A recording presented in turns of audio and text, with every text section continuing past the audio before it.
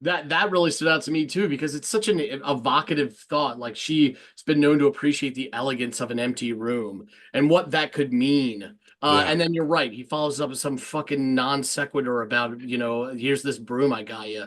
And not Because it only is it a rhymes. broom, it's a predicate warning to the sun. How does a broom have anything to do with the goddamn sun? So you're right. He's all over the place. Profundity and inanity all in the same thing. You have no idea where he's going with anything.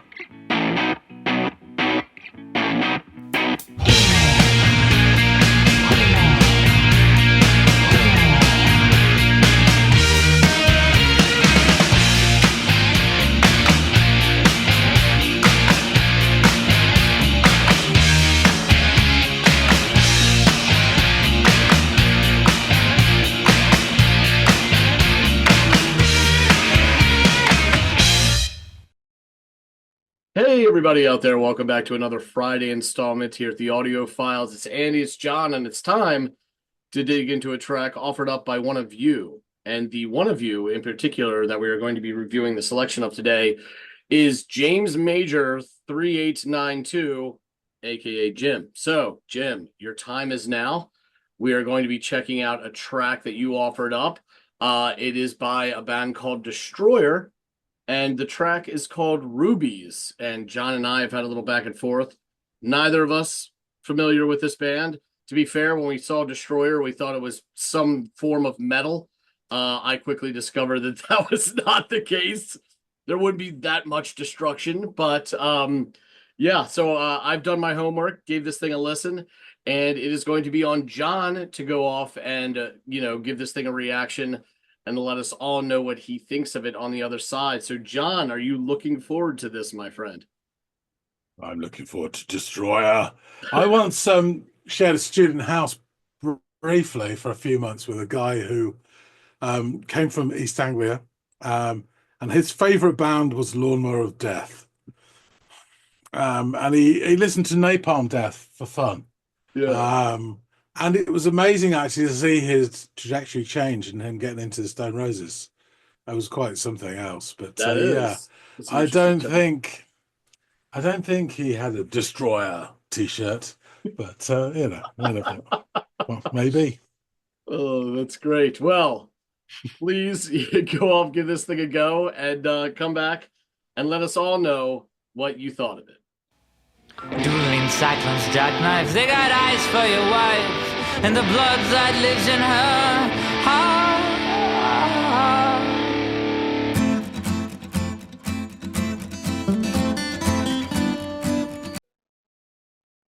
That was an interesting start. You got this sort of God knows what he was saying there over this sort of distorted guitar. It sounded like sort of early 80s sort of British indie noisy stuff. And then we segue into this acoustic guitar kind of thing. It's almost a bit sort of, I hate to say, sort of Roddy Frame type aesthetic camera. Yeah, interesting.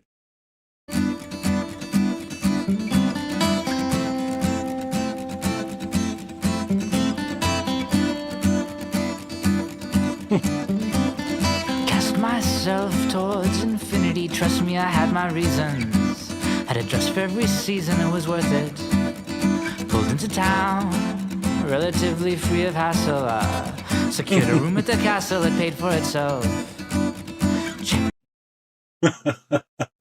So this is obviously a different way of delivering here. It's kind of a bit odd theatrical. It always sounds like a community theatre, and this guy's coming on, he's giving the exposition at the start. And the way he's delivering it puts me in mind of, I don't know why, but his face just popped up straight away, Vincent Gallo. And there's some some sort of characterful type interesting phrases there. Trust me, I have my reasons. And what was the other one? Something about pulled into town, was relatively free of hassle, and booked a room at the castle. It's quite funny, quite charming. Out my surroundings, headed down to Thornton Park. Find your way discover that things are dark, shadowy figures babbling on about typical rural shit. I wave bye to them in a modern way and increase my stay at the dock of the bay. Did you just say stay at the dock of the bay?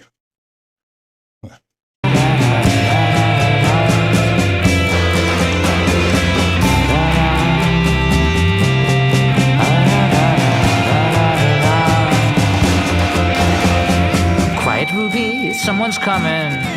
Approach with stealth. I'm going to regret this. That was interesting. So now we have the electric guitar coming in. It is noodling and doing quite some interesting stuff. And then with it, we have this percussion that sounds like a cross between sort of Thompson Twins drum machine and Stomp. It's very sort of metallic sounding.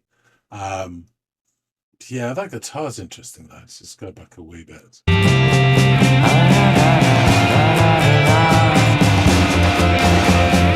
Quiet, Ruby, someone's coming. Approach with stealth, oh, it's just your precious American underground. And it is born of wealth with not a writer in the lot.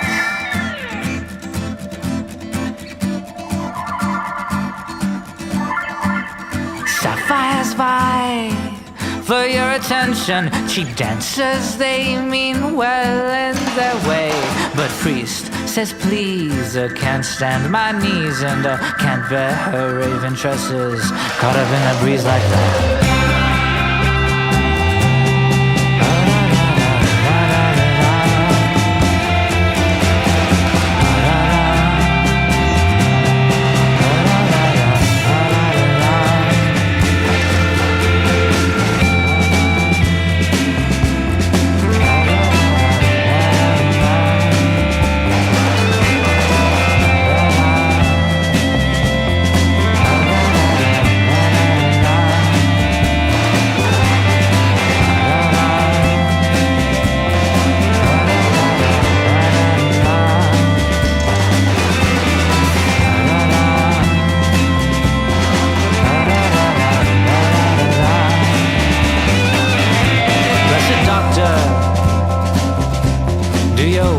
Cut me open.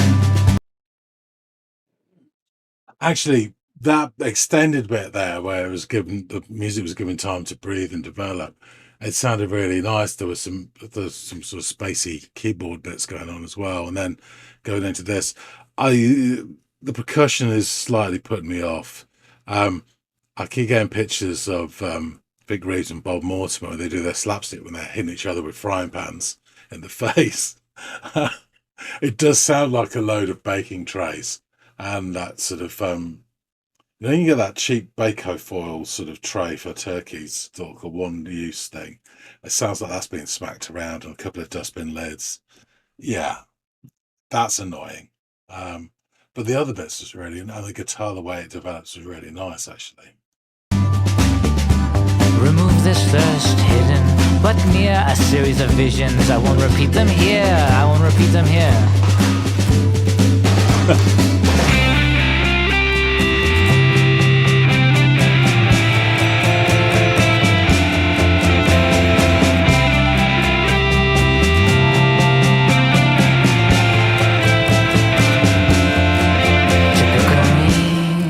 Typical me. I gave my... That's unbelievable. Unbelievable. Typical me. I gave my cargo to the sea. I gave the water what it always wanted to be.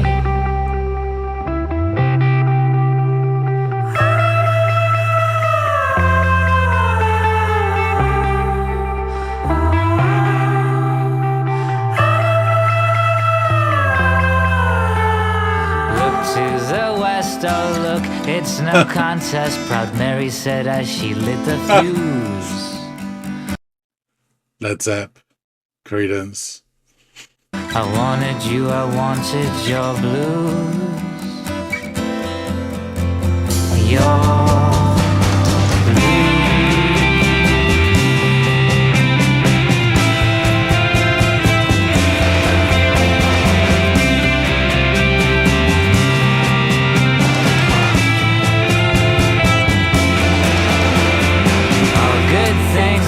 has come to an end. The bad ones just go on forever. Isn't that what I just said? It is now and it is never. It is now and it is never. It is now and it is never. It is now and it is never.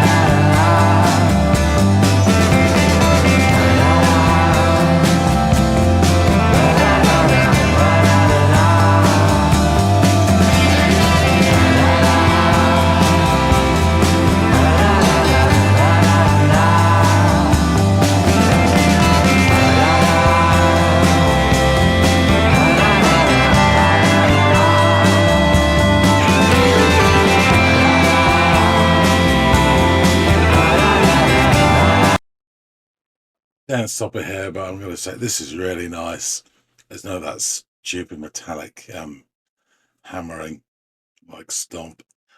This bit's lovely. Famous last words.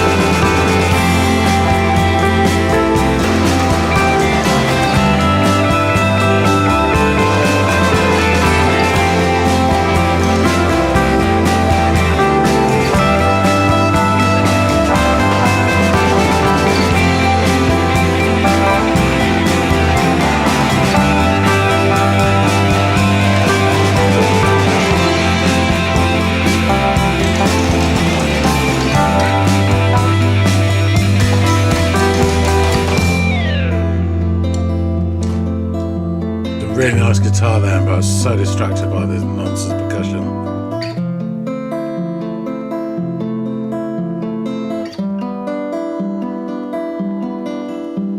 Don't worry about her, she's been known to appreciate the elegance of an empty room.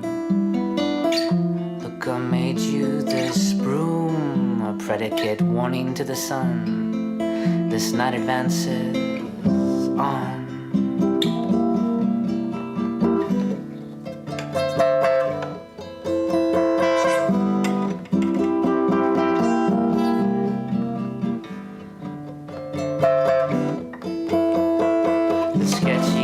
Shows me drawings, they're alright, an alternately dim and frightful waste. Now come on, honey, let's go outside. You disrupt the world's disorder just by virtue of your grace. You know, I didn't want to go, but leave I must, as gratifying as this dust was.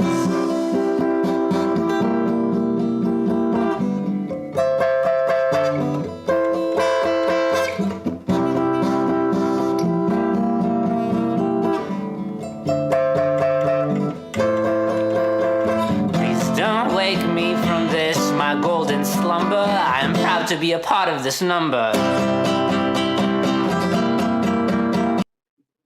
I don't believe that. Where are we?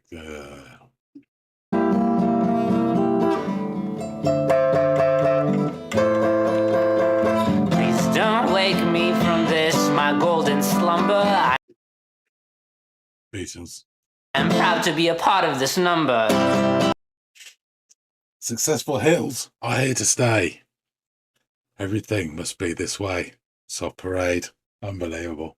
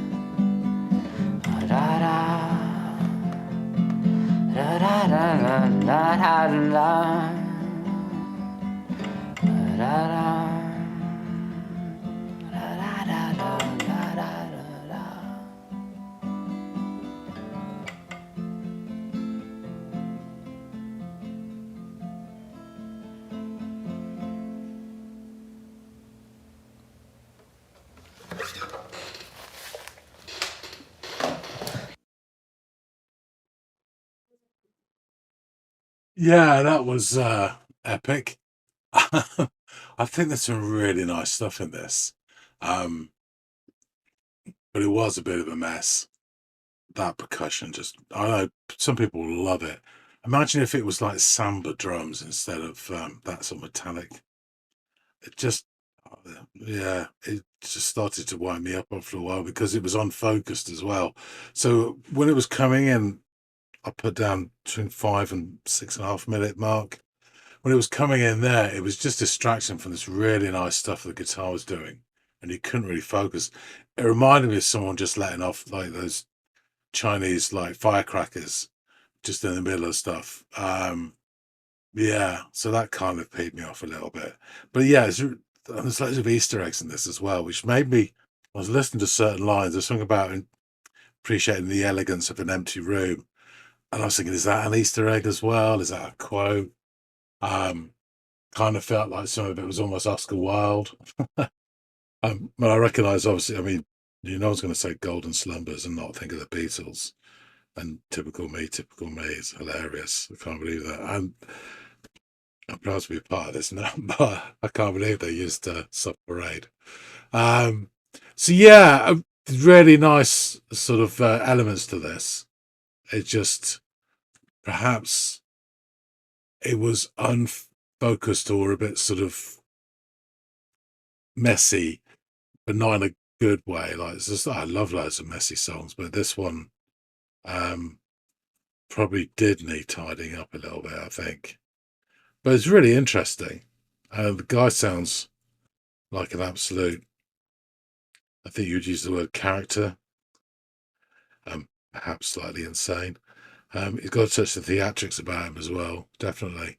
Yeah, really intriguing. Need to find out more about Destroyer. I can't believe they're not a death metal band from Ipswich, the name like Destroyer. But anyway, so let's get back and find out more from Andy. All right, welcome back. You're all in one piece, not destroyed. That's great. So, what did you think of this quite long track by Destroyer?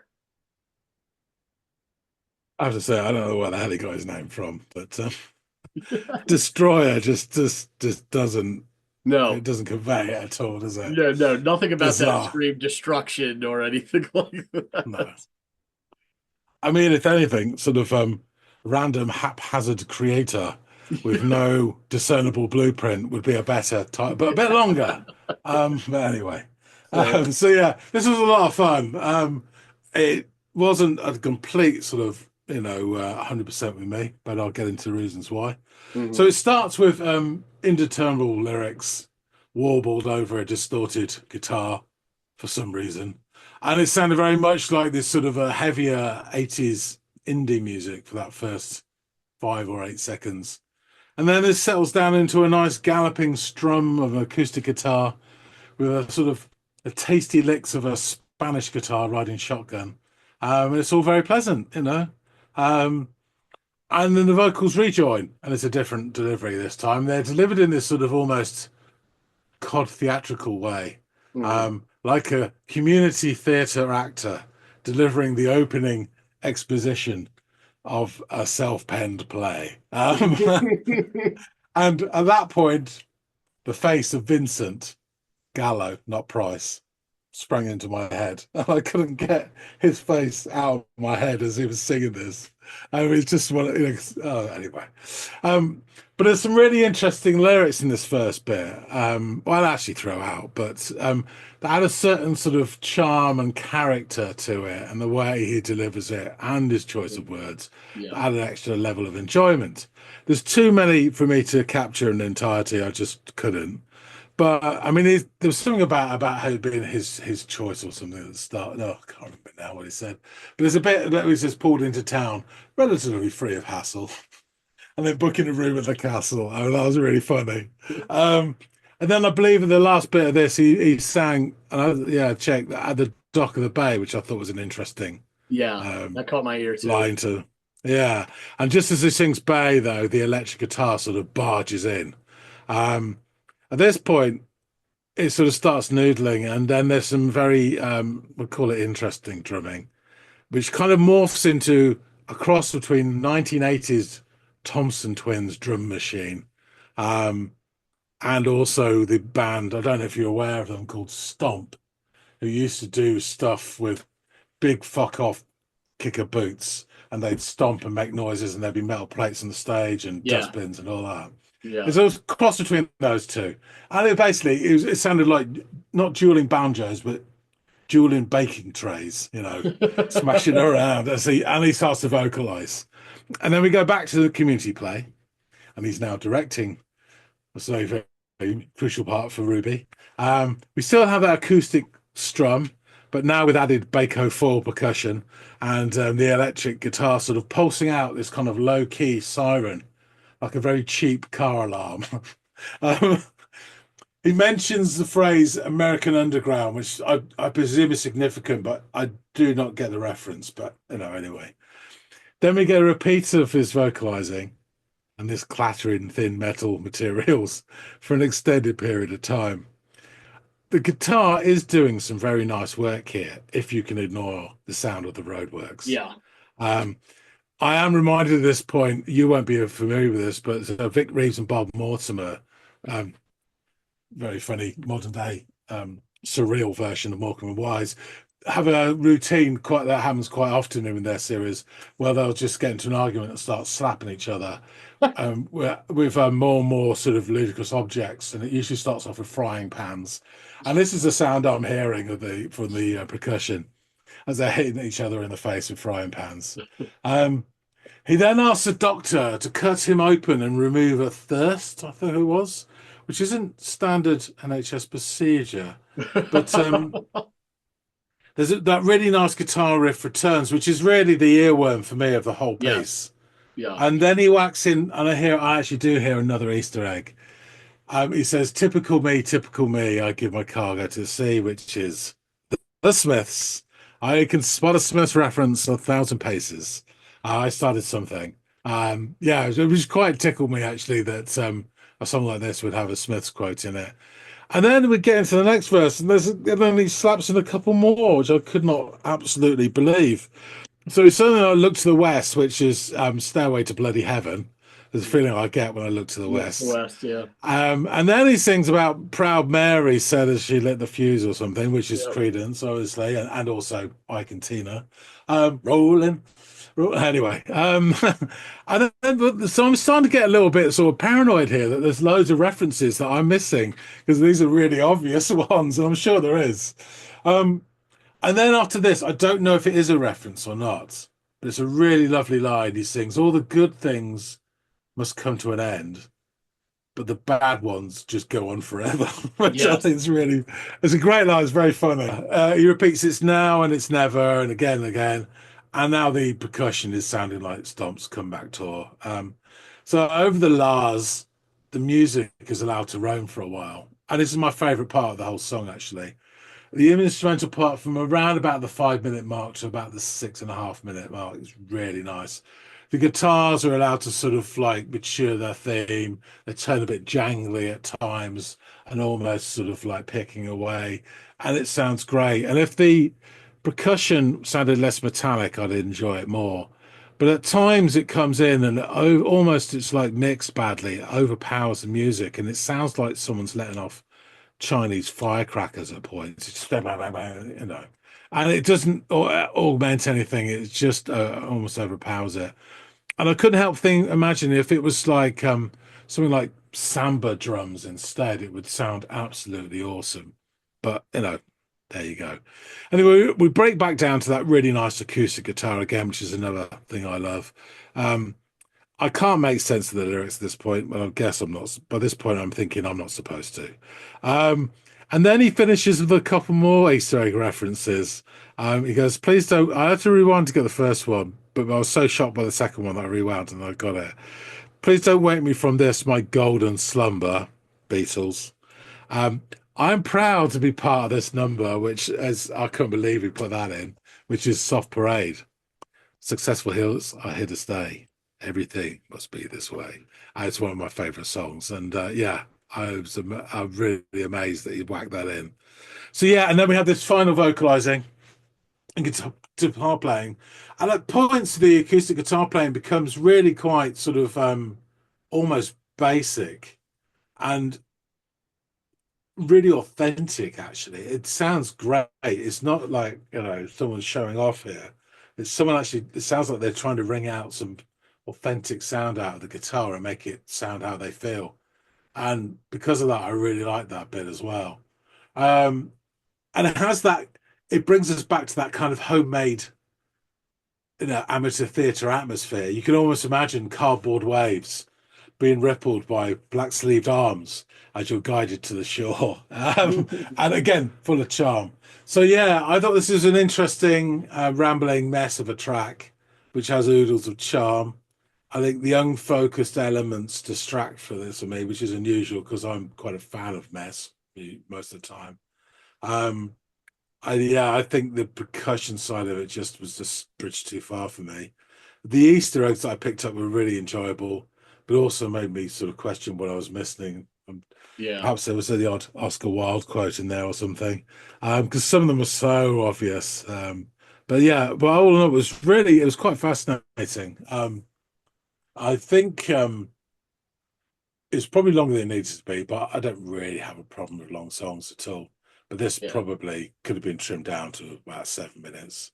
Um, but yeah, it was interesting ideas, and I'd really like, as I say, that instrumental part, sort of midway through, it was just beautiful.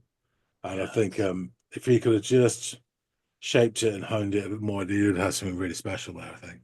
But it's very Yeah. interesting listen. I would totally agree. I think the thing that stood out for me the most throughout this song was the guitar work. And in some cases, very different guitar work. Like Yeah, that 2/3 of the way through the song or whatever sort of instrumental portion, the guitar has so much beauty to it. But it also is really like that other parts. It has this sort of like cascading effect, and it's got energy to it. I just love the way it sounded. You're right. This is it's riddled with ideas, the song, some of which are terrific and others bordering somewhere between superfluous and even annoying, with some of the percussion work that you were talking about there. But it's still 100% interesting in its own right. You know what I mean? Especially having never heard this before or heard yeah, anything by Destroyer.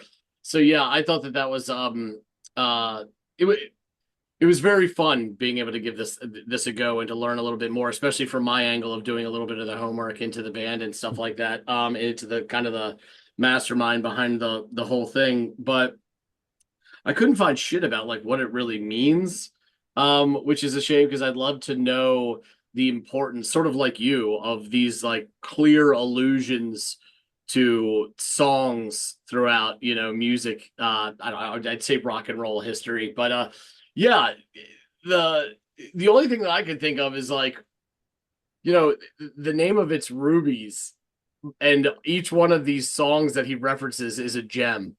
So like that's the only kind of like, and I'm probably going out on a limb, but that's the only like correlation I could make in my own head. But a lot of fun picking those out and hearing you clinging to the same thing as you listen to it as well. So yeah, let's get into the band Destroyer. They are a Canadian indie rock band from Vancouver, British Columbia, formed in 1995. The band is fronted by founding member Dan Bejar. I hope I'm pronouncing that right. Bejar. With a collective of regular band members and collaborators joining him in the studio during live performances, during live performances, forgive me. Alongside Bejar, Destroyer Currently includes longtime producers John Collins on bass, David Carswell on guitar, Nicholas Bragg on lead guitar, Ted Bois on keyboards, J.P. Carter on trumpet, and Joshua Wells on drums. The band's discography draws on a variety of musical influences, resulting in albums that can sound markedly distinct from one another, which I think is interesting. In Bijar's words, that's kind of my goal, to start from scratch every time. Destroyer have released 13 studio albums to date, with their most recent, Labyrinthitis, released in March of 2022. Will build them a golden bridge. Destroyer's 1996 debut is made up of 16 lo-fi home recordings.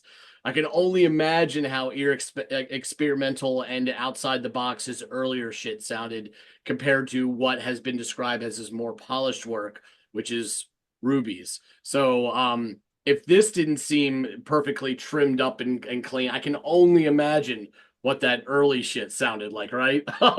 One reviewer suggested that the album combines Bijar's gift for melodies with a concerted effort to make the recording downright inconsumable. The guitars are always out of tune, and the vocals are Fisher-Price quality. Fisher-Price, that's the way we like our keys. Static means punk. Tuning is junk. Bijar moans on one track. So he's even outrightly saying, fuck tuning. You know what I mean? Who needs it? Which I'm sure makes for a really interesting sound. Yikes. Ideas for songs, which that name alone perfectly, I think, kind of captures, what he produces rather than, what we would expect. They're just ideas for songs. That was released on cassette in 1997 and features songs akin to those on his first album. Not a big surprise. The cassette stemmed from a request to contribute songs for a compilation album. As Bijar gained popularity in Vancouver's music scene, he was joined by producer John Collins for 1998's City of Daughters, which was recorded at a proper studio. Pitchfork noted that the song still sounded homespun. Yeah, give it the hawk. Also noting that the wordiness that would become something of a trademark is in full effect, but that unlike much of what came later, not every line is worthy of examination. Thief, which was released in 2000, embodied Bijar's first stab at matching his grandiose, idiosyncratic vision to a showier sound. It was the first to feature a backing band on every track. The record's anthemic yet understated piano-driven ballads have characteristically enigmatic lyrics, though some reviewers interpreted them as critiques of the music industry. Street Hawk, a seduction, was released in 2001. Realized the sonic refinement started with City of Daughters. Bijar put it this way: I don't think it gives credence to any of the conceptualization of the records, but I hope that City of Daughters, Thief, and Street Hawk will pop in some kind of progression that ends with Street Hawk. A critical success, the album retrospectively received a rating of 9.1 out of 10 from Pitchfork, so take it with a grain of salt. In 2002, the 2002 rock album This Night was a dramatic change in style. The looser, less rehearsed style was criticized as messy and haphazard without purpose. Sounds like he's harkening back to his earlier days. Yeah, right. And you guys were surprised by this.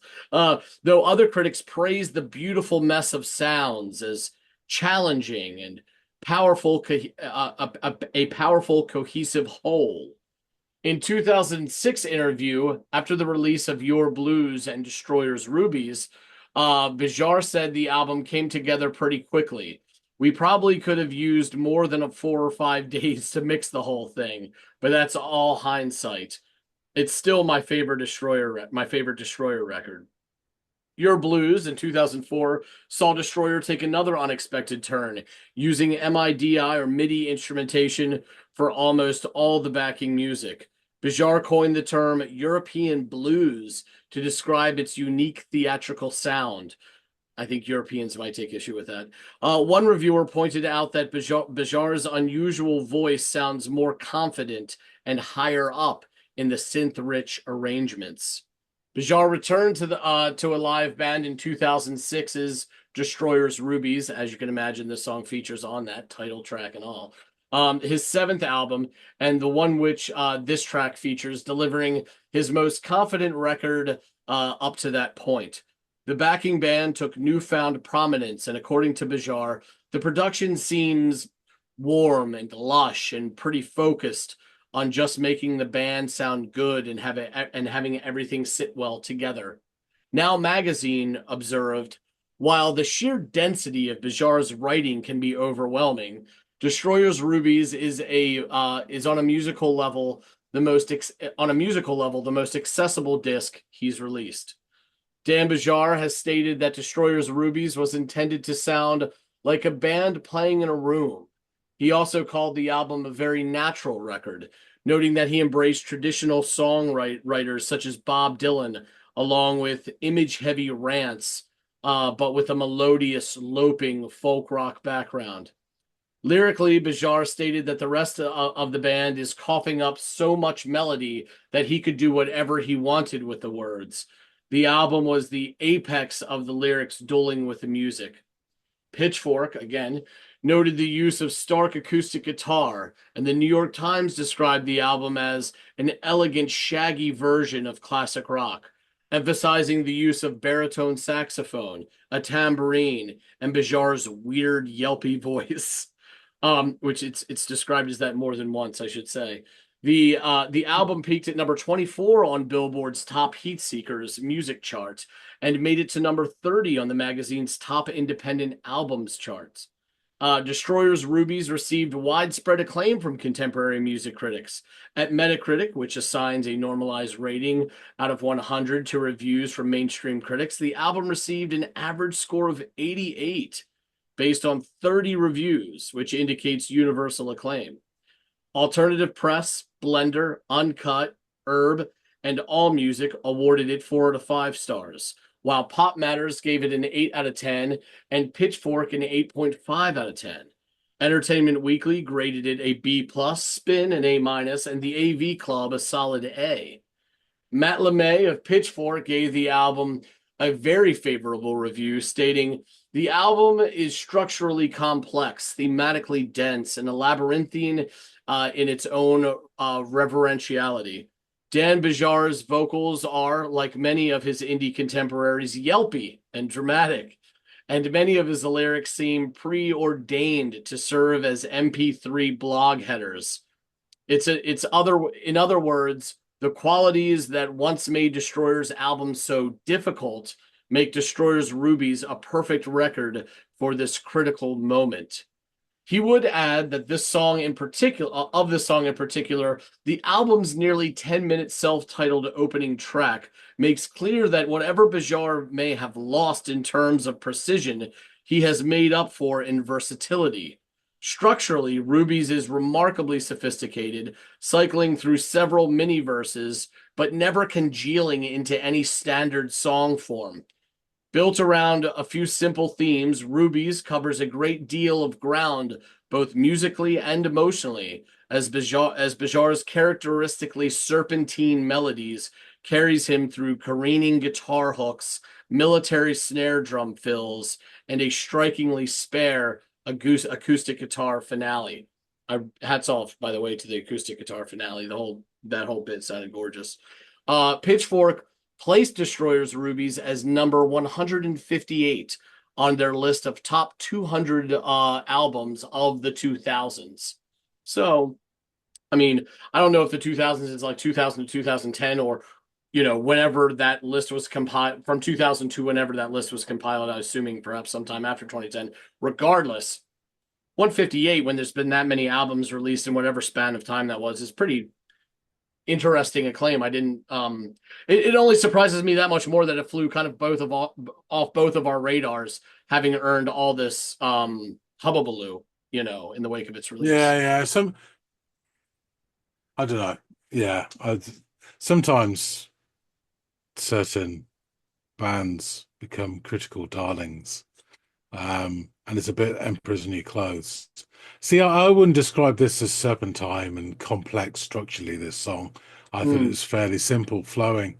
And he basically had two different parts to it, really, and they just sort of segued into each other and in and out.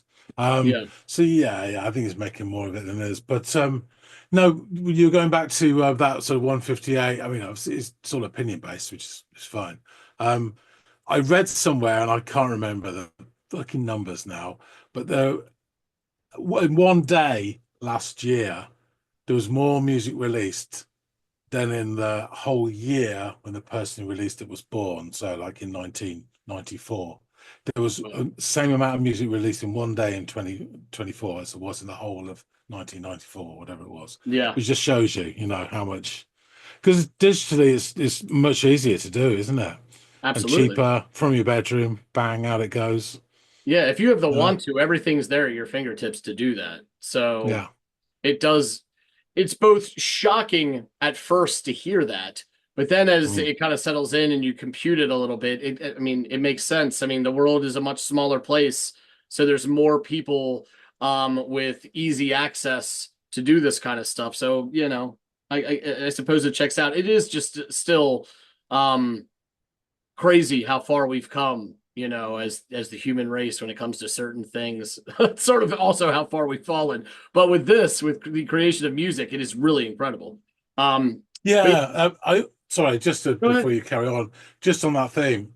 So I did check out quite a few end of year lists, and there was a BBC one which supposedly sort of lumped together, I don't know, about 20 different uh, publications lists. It was interesting. I didn't agree. Um, the albums that I did know, and I'm just not particularly sort of into every sort of new music thing, but all the albums I did know were between 19 and 11. So none of them made the top 10. But on the YouTube, there was about five I checked out that did top 20 albums of the year, and no one had the same album on five different sort of lists. Oh They were wow. completely different, which I thought was amazing. So it was 100 different albums that all Also made, goes to like kind of yeah, underscores this theme that we've been talking about where so much shit can get generated that you can have kind of this diversity from yeah, ranking to ranking and and taste and all that stuff. So yeah, exactly, yeah. you're right. You're right. These lyrics, which are very interesting, and there are quite a bit of them, so let's get into them. Dueling cyclones jackknife. They got eyes for your wife and the blood that lives in your heart, or in her heart, pardon me. Got to get that straight. Yeah, Cast, that's just nonsense. yeah, right. Cast myself, cast myself towards infinity. Trust me, I had my reasons. Had a dress for every season. It was worth it. Pulled into town relatively free of hassle. Secured a room at the castle. It paid for itself. Checked out my surroundings, headed down to Thornton Park. Find your way, discover that things are dark. Shadowy figures babbling on about typical rural shit. I wave by to them in a modern way and increase my stay at that dock of the bay. Quiet, Ruby, someone's coming. Approach with stealth. Oh, it's just your precious American underground, and it's born of wealth. With not a writer in the lot, sapphires vie for your attention. Cheap dancers, they mean well in their way. But Priest says, please, I can't stand my knees, and I can't bear her raven tresses caught up in the breezes like that. Blessed doctor, do your worst. Cut me open, remove this thirst. Hidden but near a series of visions.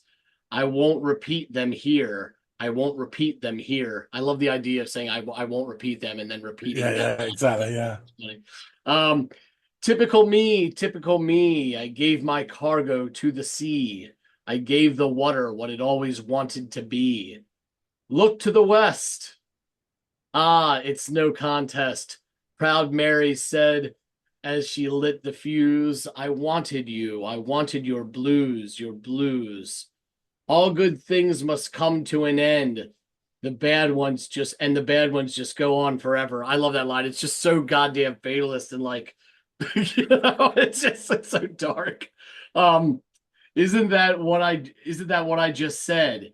It is now and it is never. It is now and it is never. It is now and it is never. It is now and it is never. Don't worry about her. She's been known to appreciate the elegance of an empty room. Look, I made you this broom, a predicate warning to the sun. This night advances on. A sketchy crowd shows me drawings. They're all right. An alternately dim and frightful waste. Now come on, honey, let's go outside. You disrupt the world's disorder just by virtue of your grace, you know?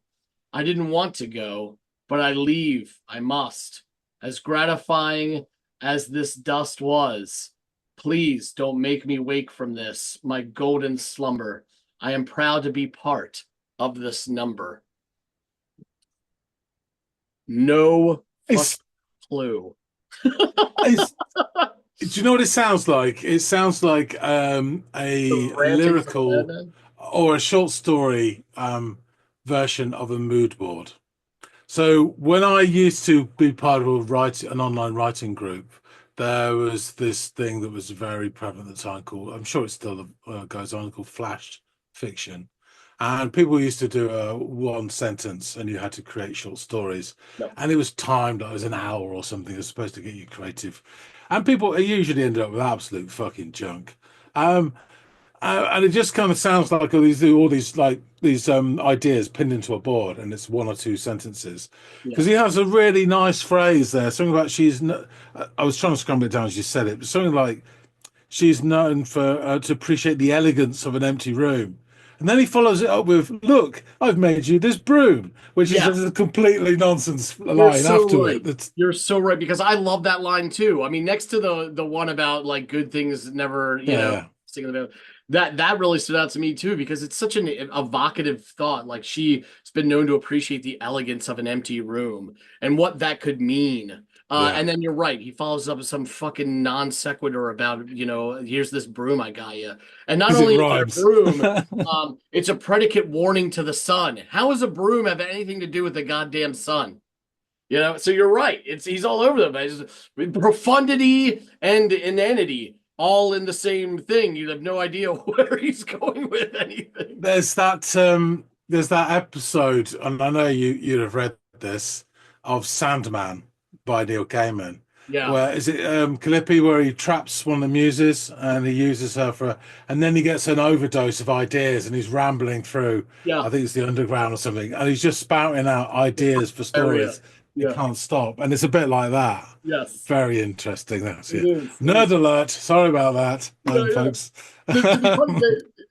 Truly. But what's interesting about this is, like, this sounds like sort of what you described, a great exercise to just get shit out of your head and onto paper, from which you then cobble ideas and you get rid of the fat, if you will. But he included everything. It's just a ribeye of like good marbled meat and just fat chunks of words. So hats off to him. It's interesting. Yeah. Talk about musically, but to say that the one thing that I'm walking away from this with is this is a really interesting cat. This Bijar fellow. Yeah. And he is the antithesis of his name. He's creator. He's not destroyer. Yeah, definitely. Exactly. He's very creative. Maybe over creative, but he is just that. So this was a really, really cool not just song. I mean, it was not perfect, but what made it imperfect makes it interesting and worth discussing, I think, which you can't always say that about a song that you don't find interesting or has parts of it that are interesting.